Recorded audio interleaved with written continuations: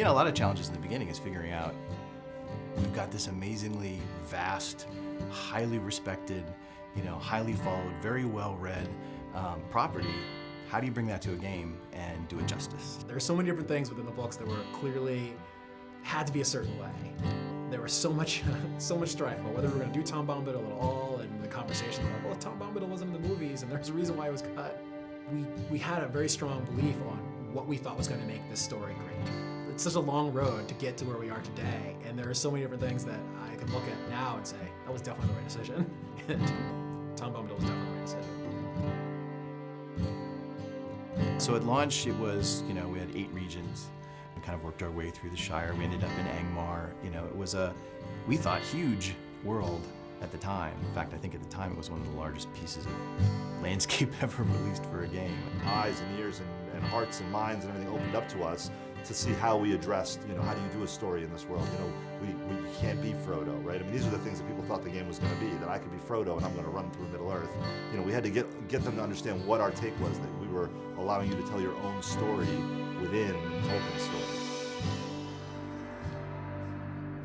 Our goal was, this has to look unlike any place that anybody's ever been in an MMO, right? And hopefully also in an RPG, because when you read about Moria, it's this big, huge, giant, expansive, cavernous place. The idea was to use, to make it a landscape space with not one, but 2 separate height maps. So there'd be a height map for the floor and then a height map for the ceiling.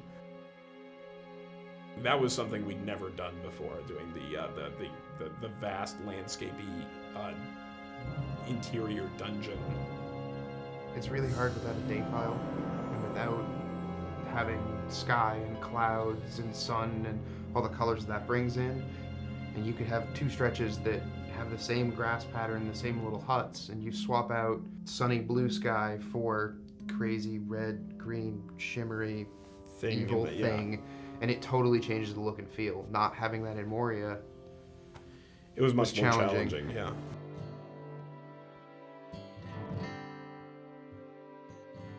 Our primary goal was to, how do we take this amazing game that people love once they get in it, but that there are some basic barriers to entry, like the subscription-only experience, and how do we reinvent what we have so that it retains all of its, you know, grand and glorious nature while addressing an audience that's much bigger. We are standing on a mound of content that is, you know, almost 10 years old, going back to when we first started early development at Turbine. I think it's a credit to the early architects of the game that we're able to, you know, continue to add on to it and grow it and do remarkable things. Coming into Rohan, we have a totally new space. We have a totally new way of playing across it. And I think that being able to go out onto these vast plains and ride your war steed and challenge these, you know, mounted bands of marauders, I think we come to a whole new chapter in Middle-earth. This is where the War of the Ring begins. At a high level, it was sort of, the training wheels are coming off, we're out of Eriador, we're, you know, east of the Misty Mountains, into the very epic, action-oriented portion of the fiction.